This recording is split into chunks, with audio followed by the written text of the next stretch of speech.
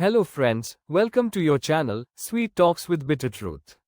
आपकी अपनी channel sweet talks with bitter truth में आप सभी का स्वागत है दोस्तों। आज हम बहुत ही महत्वपूर्ण मुद्दे पर बात करेंगे।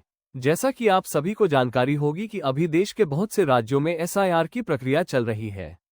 तो आइए जानते हैं कि यह एसआईआर क्या है। इसका पूर्ण रूप है स्पेशल इंटेंसिव रिवीजन, यानी विशेष गहन पुनरीक्षण। नहीं समझे? चलो कोई बात नहीं। दरअसल इसके तहत चुनाव आयोग का काम मतदाता सूची को अपडेट करना होता है। जैसे किसी व्यक्ति का निधन हो गया हो या किसी का क्षेत्र बदल गया हो तो उनके नाम सूची से हटाए जाते हैं। जबकि कोई 18 वर्ष का हो गया हो तो उसका नाम जोड़ दिया जाता है। जिस तरह से चुनाव आयोग स्पेशल इंटेंसिव रिवीजन करवा रहा है, ऐसे में अगर जिस शख्स का नाम पहले से वोटर लिस्ट में है तो उसे किसी तरह का कोई दस्तावेज नहीं देना होगा।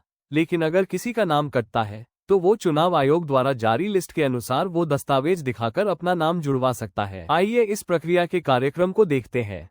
28 अक्टूबर से लेकर 3 नवंबर 2025 तक प्रिंटिंग एवं ट्रेनिंग होगी। इसके बाद 4 नवंबर से 4 दिसंबर 2025 तक घर घर जाकर बीएलओ इन्यूमरेशन फॉर्म यानी गणनापत्र देंगे, भरा हुआ फॉर्म कलेक्ट करेंगे और नियमानुसार 2002 की मतदाता सूची से लिंक एवं मैपिंग करते हुए मतदाता को भिन्न ग्रुप में बांटेंगे। 9 दिसंबर को हंगामी सूची प्रसारित की जाएगी। उसके बाद नोटिस, दावे और आपत्ति पर कार्य होगा और अंततः 7 फरवरी 2026 को फाइनल मतदाता सूची प्रसारित की जाएगी। यहाँ हिंदी एवं गुजराती भाषाओं में फॉर्म भरने के तरीके को दर्शाया गया है। इसे वीडियो को पॉज करके या स्क्रीनशॉट लेकर समझिए। यह वीडियो बेसिकली गुजरात को ध्यान में रखते हुए बनाया है, इसलिए फॉर्म भरने की विस्तृत जानकारी अब गुजराती भाषा में दी जाएगी। હવે સૌ પ્રથમ આ એન્યુમેરેશન ફોર્મને ભરવામાં સગવડતા ખાતર આપણે અહીં 7 ક્રમમાં વહેંચી દઈએ છીએ।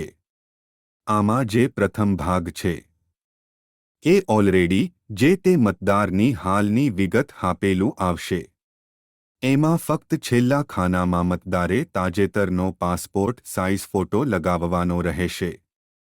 હવે બીજા ભાગમાં જે કંઈ વિગતો આપેલી છે તે તમારે ત્રીજા ભાગમાં હાલની સ્થિતિમાં એટલે કે 2025માં જે છે તે મુજબ લખવાની રહેશે। જન્મ તારીખ, આધાર નંબર, મોબાઈલ નંબર જે છે તે। ત્યારબાદ પિતાનું નામ તેમના હાલના વોટિંગ કાર્ડમાં જેમ હોય તેમજ પછી પિતાનો હાલનો વોટિંગ કાર્ડ નંબર। તે જ પ્રમાણે માતાની વિગતો ભરવી। ત્યારબાદ મતદાર પરિણીત પુરુષ કે મહિલા હોય તો તે મુજબ પત્ની કે પતિની વિગતો ભરવી અને અપરિણીત લોકોએ ત્યાં કશું ભરવાની જરૂર નથી। હવે સૌથી અગત્યના ચોથા અને પાંચમા ભાગ છે। ખાસ ધ્યાનથી સમજજો। જે મતદાર 1987 પહેલા જન્મેલા છે અને એમનું નામ 2002ની મતદાર યાદીમાં છે તેમણે 4 નંબરના ભાગમાં પોતાની બધી માહિતી 2002ની મતદાર યાદી મુજબ જેમ હોય તેમ જ ભરવાની રહેશે। 5 નંબરના ભાગમાં તેમણે કંઈ ભરવાની જરૂર નથી। હવે જે મતદાર 1987 પહેલા જન્મેલા અથવા તો 1987 થી 2004 વચ્ચે જન્મેલા છે અને એમનું નામ 2002ની યાદીમાં નથી પણ માતા, પિતા, દાદા કે દાદીનું નામ છે તો તેમણે 4 નંબરના ભાગમાં કંઈ ભરવાની જરૂર નથી પણ 5 નંબરના ભાગમાં માતા, પિતા, દાદા કે દાદીમાંથી કોઈ પણ એકની વિગતો યાદી મુજબ જ ભરવાની રહેશે। હવે જેમનો જન્મ 2004 પછી થયો છે તેમણે જો માતા, પિતા બંનેના નામ 2002ની યાદીમાં હોય તો 4 નંબરના ભાગમાં માતાની બધી માહિતી 2002ની યાદી મુજબ અને 5 નંબરના ભાગમાં પિતાની વિગતો યાદી મુજબ જ ભરવાની રહેશે। જો કોઈ પણ એકનું નામ હોય તો તે મુજબ 4 કે 5 નંબરના ભાગમાં ભરવું અને જો કોઈનું પણ નામ ન હોય તો બંને ભાગ ખાલી રાખવાના રહેશે। 6 નંબરની વિગતો વાંચીને 7 નંબરના ભાગમાં મતદારે સહી કરી અને તારીખ લખવી। જો મતદાર અભણ હોય તો ડાબા હાથના અંગૂઠાનું નિશાન કરવું।